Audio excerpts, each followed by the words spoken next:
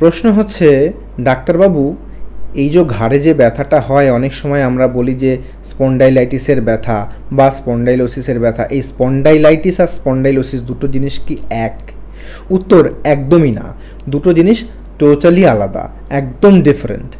Spondylosis হচ্ছে বয়সজনিত কারণে আমাদের যে শিরদাঁড়ার হাড় ক্ষয়ে যায় এবং সেখানে নতুন হাড় তৈরি হয় এবং সেই খোঁচা খোঁচা টাইপের, মানে বনি স্পর্স তৈরি হয়।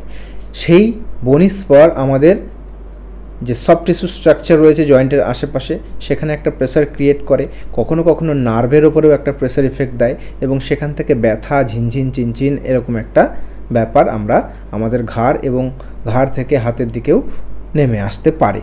তো এটা হচ্ছে সার্ভাইকাল স্পন্ডাইলোসিস। আর সার্ভাইকাল স্পন্ডাইলাইটিস বা স্পন্ডাইলাইটিস এই জিনিসটা কি না, এটা হচ্ছে আমাদের যে শিরদাঁড়ার যে ভার্টিব্রার মাঝখানে যে জয়েন্ট, তার যদি প্রদাহ হয়। এর কারণ কি? এর কারণ কিন্তু বয়সজনিত ইউজুয়ালি নয়, সাধারণত কম বয়সের ক্ষেত্রেই এটা বেশি দেখা যায় এবং এর কারণ হচ্ছে বিভিন্ন রকমের অটো ইমিউন ডিসঅর্ডার্স বা ডিজিজ এবং কিছু জেনেটিক কজ বা জেনেটিক কারণ। তাহলে দুটো জিনিস কিন্তু পুরোপুরি আলাদা, দুটোর চিকিৎসাও আলাদা।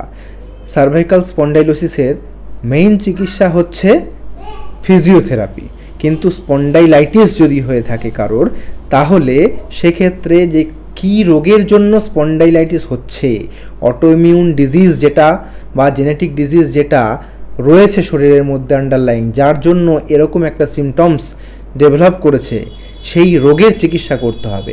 তার সাথে ইনিশিয়ালি যদি তীব্র ব্যথা থাকে, ব্যথার ওষুধ এটসেট্রা এটসেট্রা তো রয়েইছে। তো এই ব্যাপারটা কিন্তু মাথায় রাখতে হবে। তাহলে স্পন্ডাইলোসিস এবং স্পন্ডাইলাইটিস পুরোপুরি আলাদা জিনিস। ধন্যবাদ। আমি ডক্টর গৌতম বিশ্বাস।